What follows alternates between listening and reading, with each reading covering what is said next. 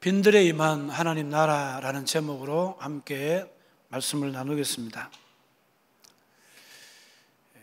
육신의 몸을 입고 이 땅에 오신 예수님은 유아 시절과 또 청년 시절에 사생애를 보내시고 30세가 되셨을 때에 공생애 사역을 시작하시는데, 이 공생애라는 말은 하나님의 아들로서의 공식적인 생애를 말씀합니다.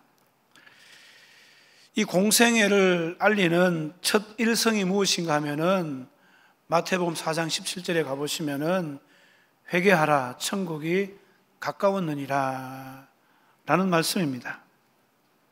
이 말씀은 천국, 다시 말하면은 하나님의 나라가 완전하게 완성되어지지는 않았지만은 예수님께서 이 땅에 오심으로 이미 하나님의 나라가 임했다라는 그런 말씀입니다. 예수님은 하나님의 나라가 임하셨음을 선포하신 후부터 그 나라를 가르치시고 천국 복음을 선포하시고 귀신을 쫓아내시고 병든 자를 고치면서 천국의 실체, 즉 천국은 바로 이런 것이다 라는 사실을 보여주시면서 하나님 나라를 이루고 가시는 것입니다. 그런데 예수님께서 이 하나님의 나라를 이루어 가시는 방법이 아주 특별한 방법입니다. 먼저 일꾼을 세우시고 그들의 헌신을 통해서 주님의 뜻을 이루어 가시는 그런 방식입니다. 그래서 예수님은 우선적으로 제자들을 부르시는데 12제자 부르셨잖아요. 그리고 보면 성경 보면은 70인의 전도단을 부르셔요. 또 나중에 보시면 이제 성천하기 전에 보면 500명의 무리들을 통해서 예수님께서 일해 가시는 것을 보게 되었습니다. 오늘 본문에도 보시면은 12명의 제자를 부르셔요. 불러 모았습니다.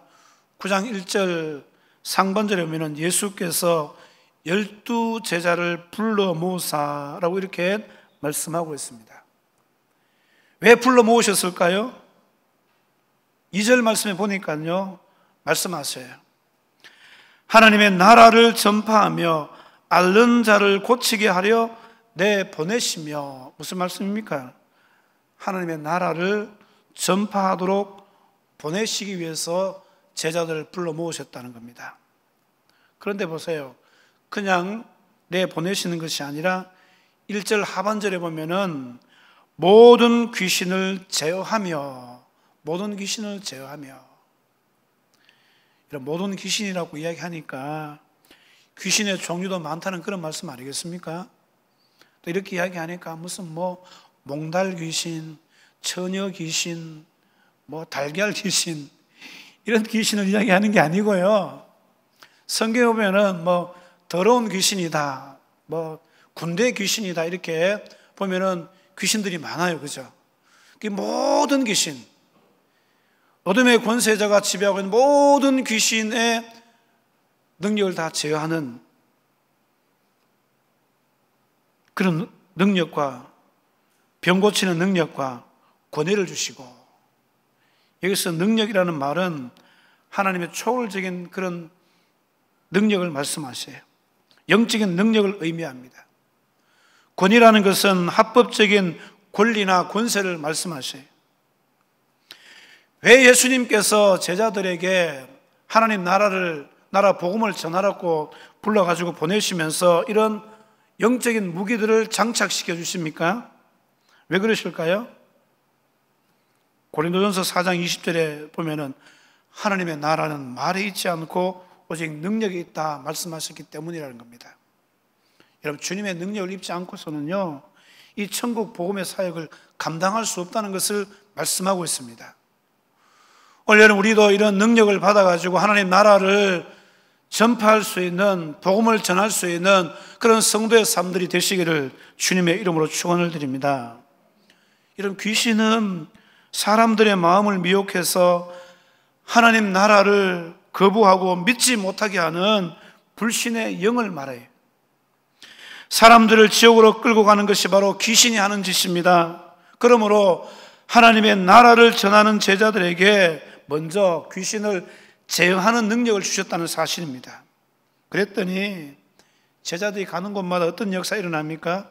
귀신이 항복하고 질병이 치유되는 기적들이 일어났다는 거예요. 복음이 전해지는 곳마다 하나님의 나라가 임했음을 증거로 말씀해 주고 있습니다. 오늘날도 여러분 동일하게 이런 역사는 일어난다고 믿습니다. 우리가 예수의 이름으로 나갈 때 귀신이 떠날 줄로 믿습니다. 예수의 이름으로 나갈 때 질병도 치료되는 역사 있을 줄로 믿습니다. 앓는 자들이 여러분 치료가 되는 거예요.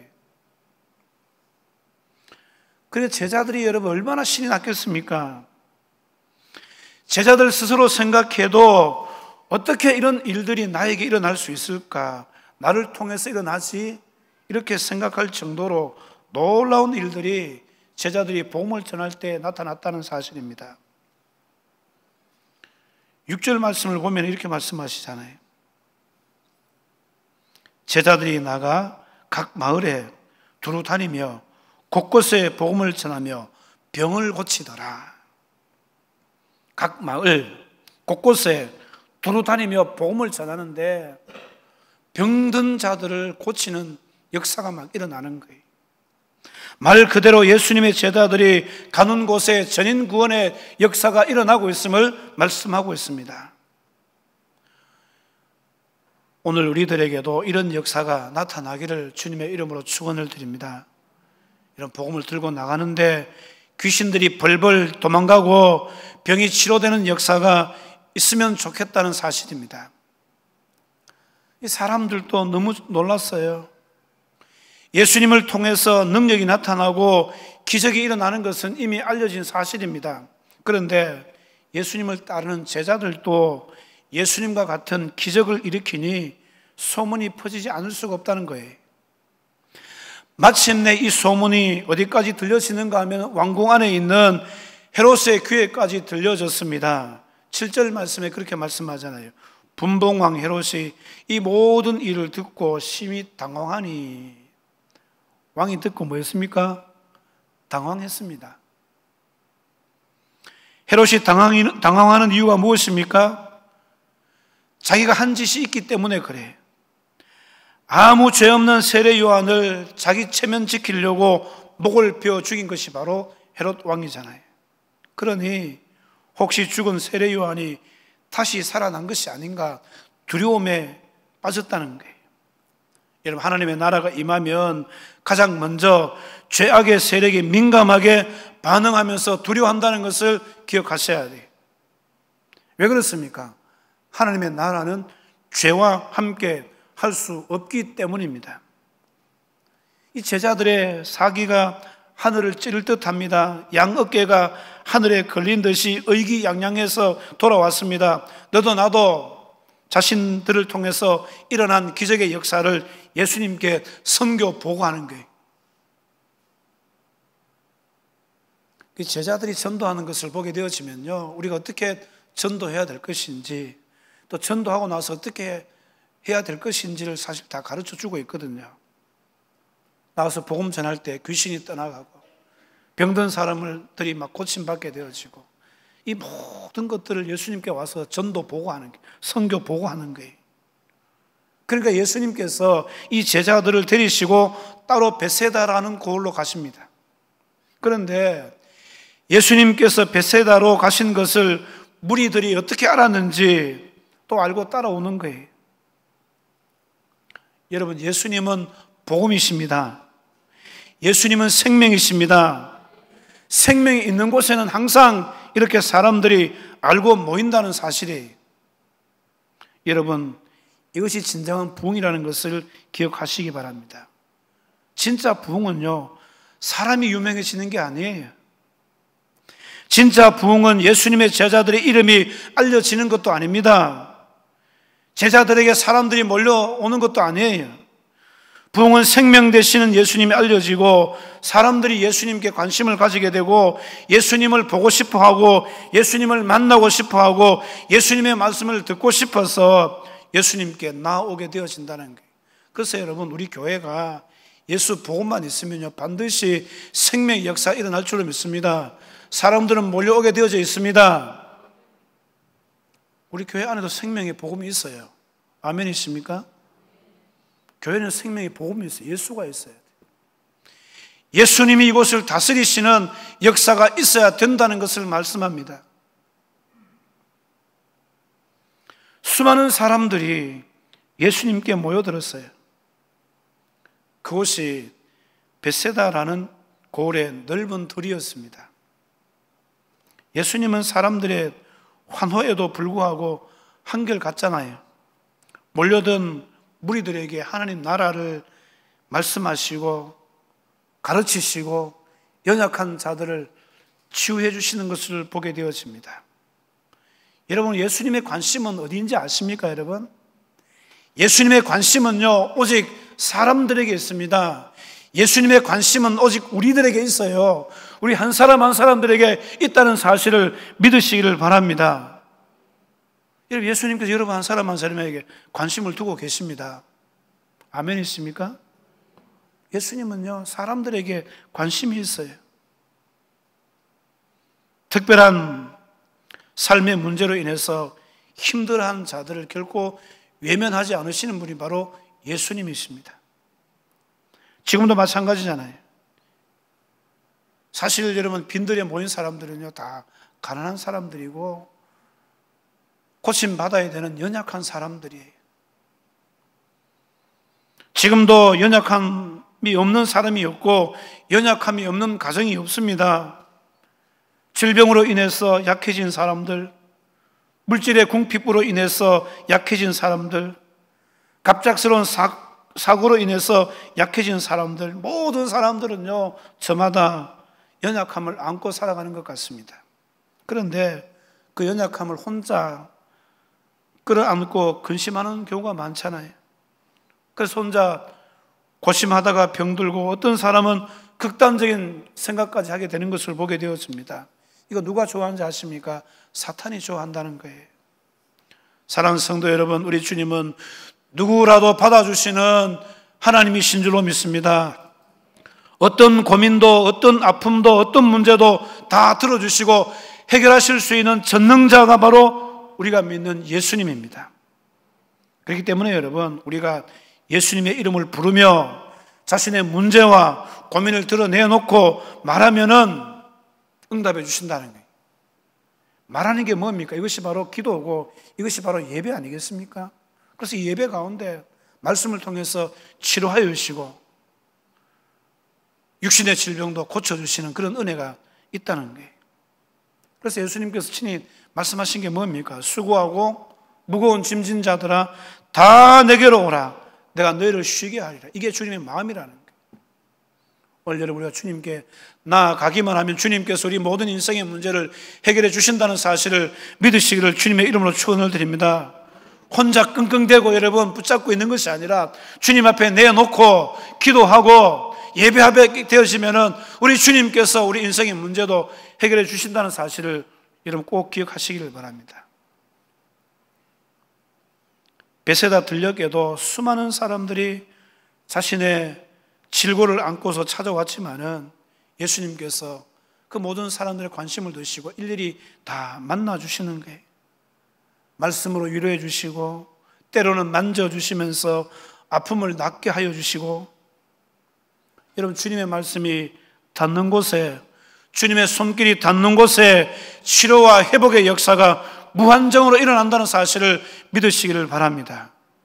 오늘도 주님 말씀이 닿는 곳에 내 마음속에 주님의 말씀이 와닿으면요, 치료가 일어나는 거예요.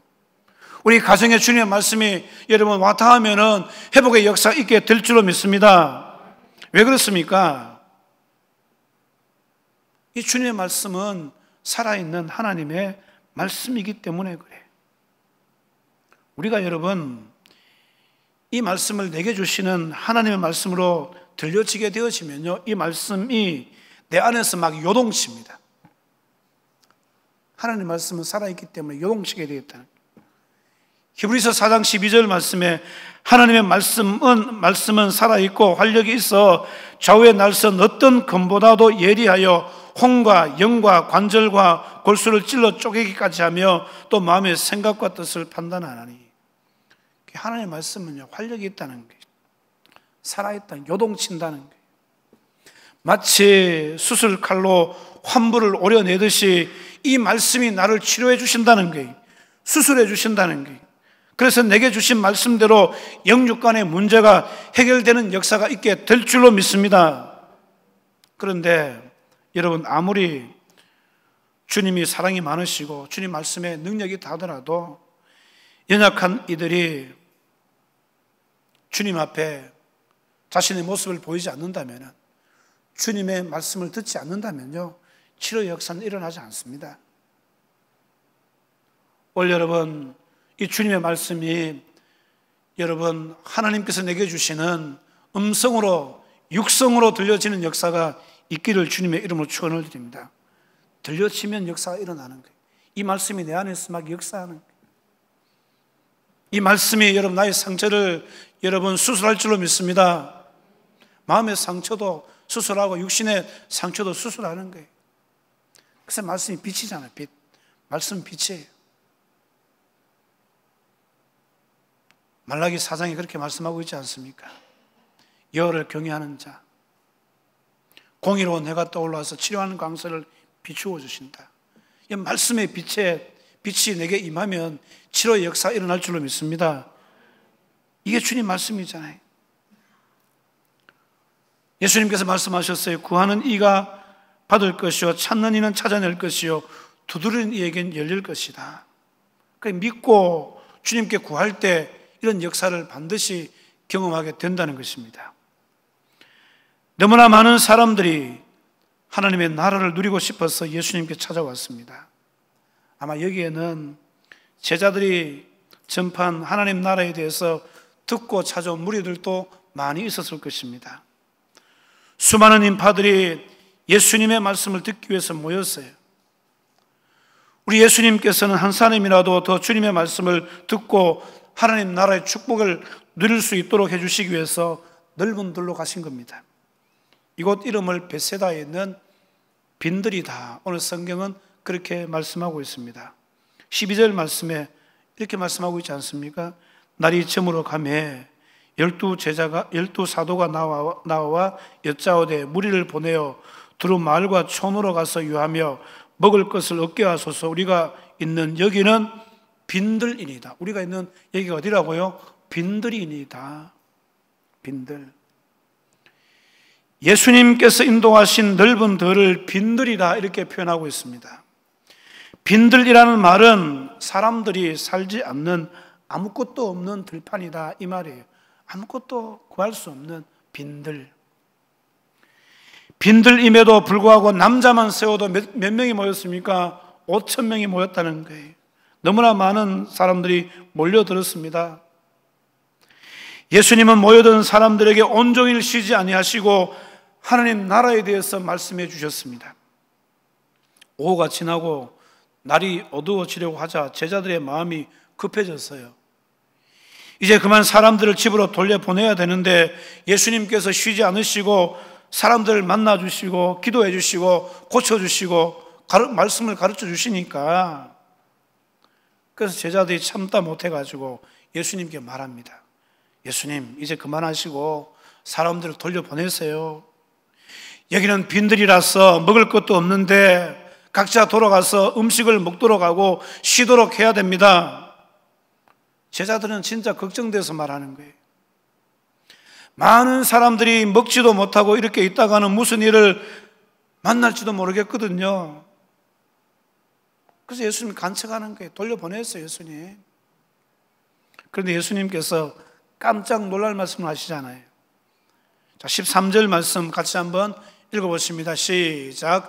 예수께서 이르시되 너희가 먹을 것을 주라. 여짜오되 우리에게 떡 5개와 물고기 2마리밖에 없으니 이 모든 사람을 위하여 먹을 것을 사지 아니하고서는 할 수 없사옵나이다. 예수님께서 뭐라고 말씀하셨어요? 너희가 뭐를요? 먹을 것을 주라 이렇게 말씀하는 게 무슨 말씀입니까, 여러분? 돌려보내지 말고 제자들이 먹을 것을 구해서 주라는 말씀이에요. 지금 모여든 사람들이 몇 명이라고 그랬죠? 남자만 5천 명. 그러면요, 뭐 적게 모여도 최소한은요 1만은 넘어요. 1만. 그 신학자들 가운데 한 2만에서 3만 명 정도 된다 그렇게 이야기하시는 분도 있어요. 여러분 여기가 어디입니까? 말 그대로 빈들이지 않습니까? 이 시절에 무슨 여러분 취사시설이 제대로 있었겠습니까? 음식 재료가 준비되어 있었겠습니까? 그런데 예수님께서는 두 번 고민도 하지 아니하시고 너희가 먹을 것을 주라 그렇게 이야기하시는 거예요. 옛날에 부흥회 할 때 보면은 많은 사람들이 막 그때는 부흥회를 막 일주일씩 하다 보니까 소 들고 막 오잖아요. 막 쌀도 보면은 막 한 가마씩 갖고 와서 막 밥하고 그랬었는데 그 정도 될 것 같으면 모르는데 여러분 여기는요 빈들이에요. 빈들. 아무것도 없는 빈들입니다. 취사시설도 제대로 되어 있지 않고 여러분 음식도 없어요. 빈들입니다. 그런데 예수님께서 제자들에게 너희가 먹을 것을 주라 그렇게 말씀하시잖아요. 제자들은 난감하지 않을 수 없습니다. 그동안 겪어본 예수님을 생각해 볼 때에 실체도 없는 엉뚱한 말씀을 하시는 분은 분명히 아니시라는 것을 제자들은 알고 있어요. 그렇지만 제자들의 상식, 그들이 가진 돈, 그 어떤 것을 갖고도 머리를 굴려도 계산이 안 나오는 거예요. 제자들은 주파 날만 좀 튕기고 있어요. 아무리 계산해도 안 나와요. 그럼에도 제자들은 혹여라도 무리들 중에 음식을 가져온 사람이 있을까 해서 수소문을 했는데 그 많은 사람들 가운데 보세요 여러분, 떡 5개와 물고기 2마리만 있는 거예요.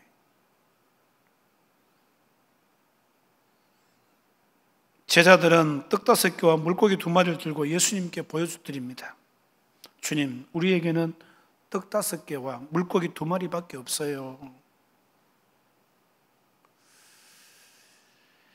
그런데 예수님은 또다시 이해하지 못할 말씀을 하십니다. 14절에 보면은 이렇게 말씀하셔요.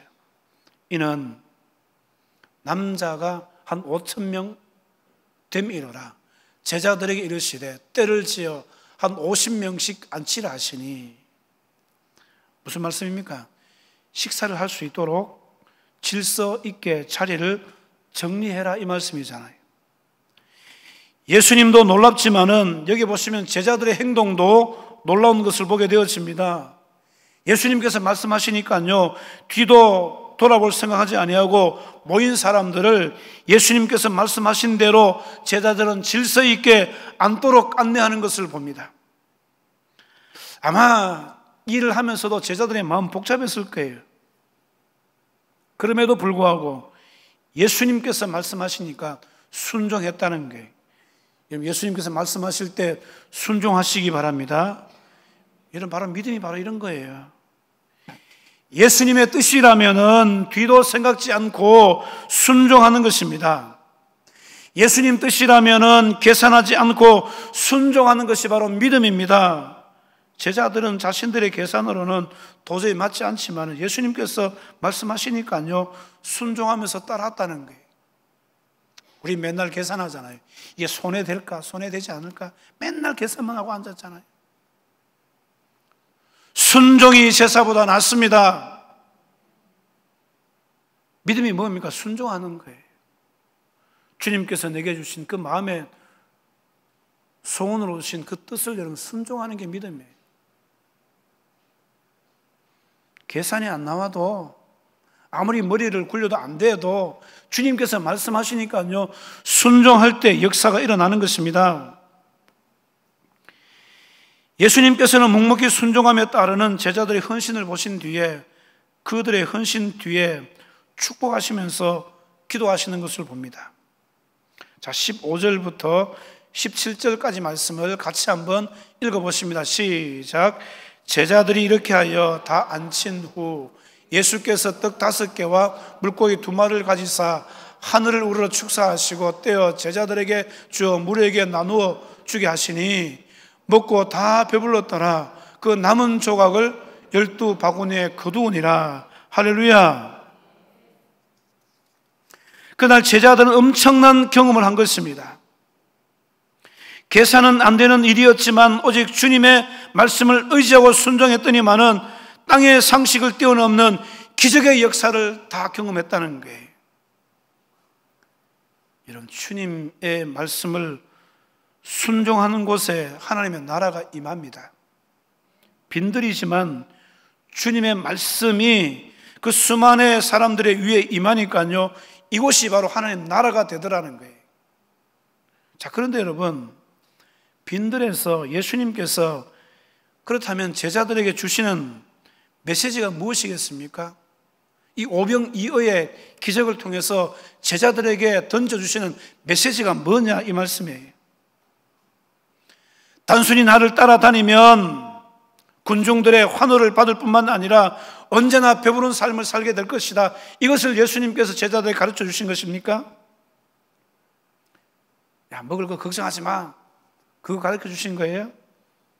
아닙니다, 여러분. 오늘 본문 여러분 1절에서 17절까지 말씀 속에 중요한 단어가 있어요. 어떤 단어인가 하면 하나님 나라라는 단어입니다. 2절에도 보면 하나님의 나라를 전파하며 앓는 자를 고치게 하려고 내보내시며, 예수님께서 제자들 부르신 것도 사람들에게 보내신 것도 하나님 나라를 알게 하시기 위해서예요. 6절을 보세요. 6절에도 그렇게 말씀하죠. 제자들이 나가 각 마을에 두루 다니며 곳곳에 복음을 전하며 병을 고치더라. 여기 보면은 하나님 나라라는 말 대신에 다른 말이 들어있죠. 복음이라는 말이에요. 복음. 예수님께서 제자들에게 전하라고 알려주신 복음이 바로 하나님 나라라는 말씀이에요. 제자들이 돌아와서 저마다 일어난 놀라운 일들을 예수님께 말하며 간증할 때, 그때 예수님께서 제자들 앞에 모인 무리들에게 전하신 메시지가 뭡니까? 11절에 무리가 알고 따라왔거늘 예수께서 그들을 영접하사 하나님 나라의 일을 이야기하시며, 모인 무리들에게 하나님 나라를 말씀하셨다는 거예요. 그 수많은 무리들이 모여 있는데, 야, 너희들 착하게 살아라, 남의 것을 탐내지 말아라, 형제들과 사이좋게 지내라, 이 말씀을 하신 것이 아니라 어떤 말씀을 가르쳤습니까? 하나님 나라에 대해서 가르치셨다는 거예요. 그리고 이어서 보여주신 기적, 이런 물고기 2마리와 떡 5개로 5,000명이 배부르게 먹는 이런 일이잖아요. 이해가 가십니까? 예수님께서 오병이어의 기적을 통해서 제자들과 수많은 무리들에게 주시려고 하는 메시지는 하나밖에 없어요. 하나님 나라라는 메시지예요. 하나님의 나라는 하나님께서 다스리시는 나라를 말씀합니다. 하나님 나라는 귀신이 감히 말할 수도 없고 흉내 낼 수도 없고 근처 올 수도 없는 영광의 나라임을 가르쳐 주십니다. 귀신의 정체가 뭡니까? 하나님 앞에서 교만해가지고 하나님 나라 밖으로 쫓겨난 사탄의 졸개들이 바로 귀신 아닙니까? 하나님 나라가 왜 복음입니까? 하나님의 나라가 임하게 되어지면 귀신의 나라가 설 자리가 없어지기 때문에 복음이라는 사실입니다. 그래서 예수님은요, 전도 여행을 떠난 제자들에게 모든 귀신을 제어하며 병 고치는 능력과 권위를 쥐어주신 것을 보게 되어집니다. 아마도 제자들이 전도하면서 선포한 말씀이 뭐냐 생각해 보면요, 다른 거 없어요. 하나님 나라입니다. 하나님 나라. 하나님 나라를 선포하면서 귀신을 쫓아내고 병든 사람을 고침으로 말미암아서 하나님의 나라는 바로 이런 것이다 라는 것을 제자들을 통해서 예수님께서 전하도록 하셨다는 거예요. 회개하라, 천국이 가까웠다. 회개하라, 천국이 가까웠다. 올여름 우리가 바깥에 나가서 전해야 될 복음도 바로 이거예요. 회개하라, 천국이 가까웠다. 믿지 않는 사람들에게 회개하라, 천국이 가까웠다 선포하셔야 돼요. 이 말씀은 만왕의 왕이신 예수님께서 이 땅에 오심으로 어둠의 세상 주관자 사탄의 나라가 무너지기 시작했다는 말씀입니다. 그러니 살고자 한다면 만왕의 왕이신 예수님 앞에 항복해야 된다. 그리고 그분의 통치를 받아들여야 된다, 이거예요. 그분의 통치를 받는다는 말씀을 다른 말로 하면 영접한다, 믿는다, 이 말씀이에요. 여러분, 예수님을 믿는다고 하면서 예수님의 통치를 받아들이지 않으면 그거 믿는 거 아니에요. 예수님을 영접했다고 이야기하면서 예수님의 통치를 받아들이지 않으면요, 그거 믿는 거, 영접한 거 아니에요. 만왕의 왕이신 예수님께서 우리의 왕 되시기 때문에 그분을 왕으로 모시는 거예요. 그 만왕의 왕 되신 예수님께서 어둠의 권세, 마귀 사탄의 머리를 깨뜨리시고 승리하셨기 때문에, 전쟁에서 이겼기 때문에 진짜 살려고 하면은 왕 되신 예수님 앞에 무릎을 꿇어라. 그분의 통치함을 받아라. 이게 바로 믿는다, 영접한다 라는 그런 의미입니다. 믿을 때 그 마음속에 하나님의 나라가 임하는 거예요. 아멘이십니까? 영접할 때 그 마음속에 하나님의 나라가 임할 줄로 믿습니다. 그러므로 누구든지 예수님을 나의 주님으로 고백하며 믿음의 사람으로 살아가면 사탄 마귀가 함부로 할 수 없는 사람이 되어진다는 거예요. 우리 가정에 하나님의 나라가 임하면 인간을 불행하게 하는 사탄의 세력에 물러갈 줄로 믿습니다.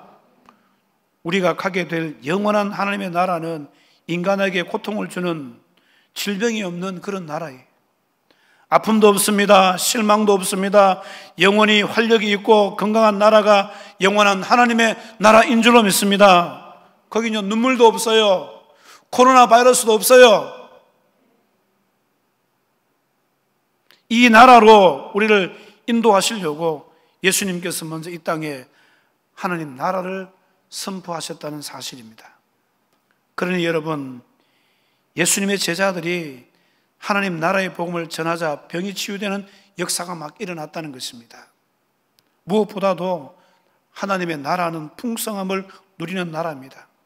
언제나 이 나라는 배부름과 넉넉함이 있는 그런 나라인 줄로 믿습니다. 역사적으로 볼 때 보세요.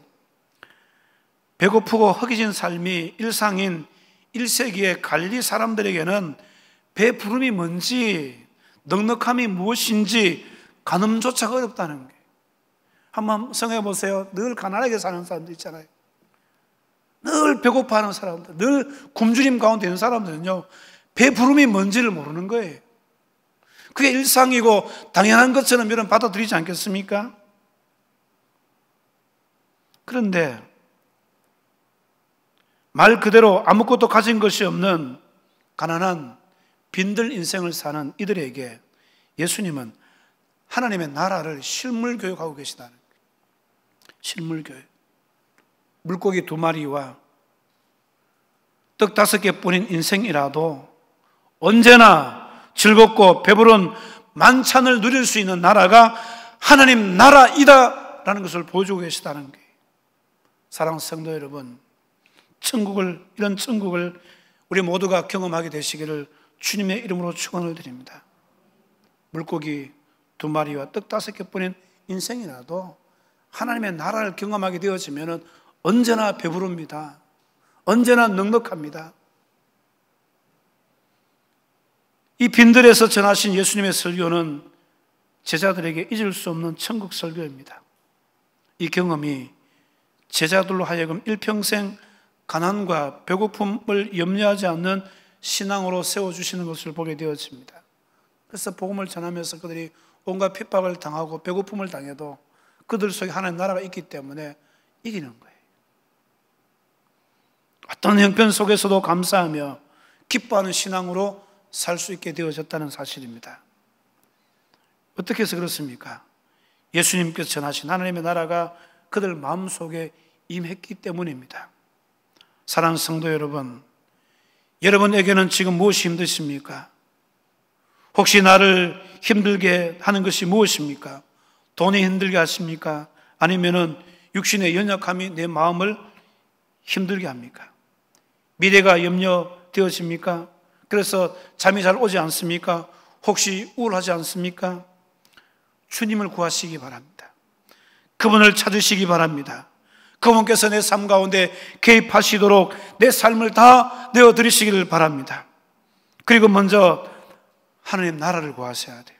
내 마음에 하나님의 나라가 임하도록, 우리 가정에 하나님의 나라가 임하도록, 우리 교회에 하나님의 나라가 임하도록, 이 나라 이 민족 위에 하나님의 나라가 임하도록 기도하실 때에 그래서 하나님께서 이 나라를 통치하시고 여러분의 가정을 통치하시고 우리 가정을 통치하시고 우리의 자녀들을 통치하시고 우리들을 통치하실 때에 하나님의 놀라운 역사가 일어나게 된다는 사실을 믿으시기를 주님의 이름으로 축원을 드립니다.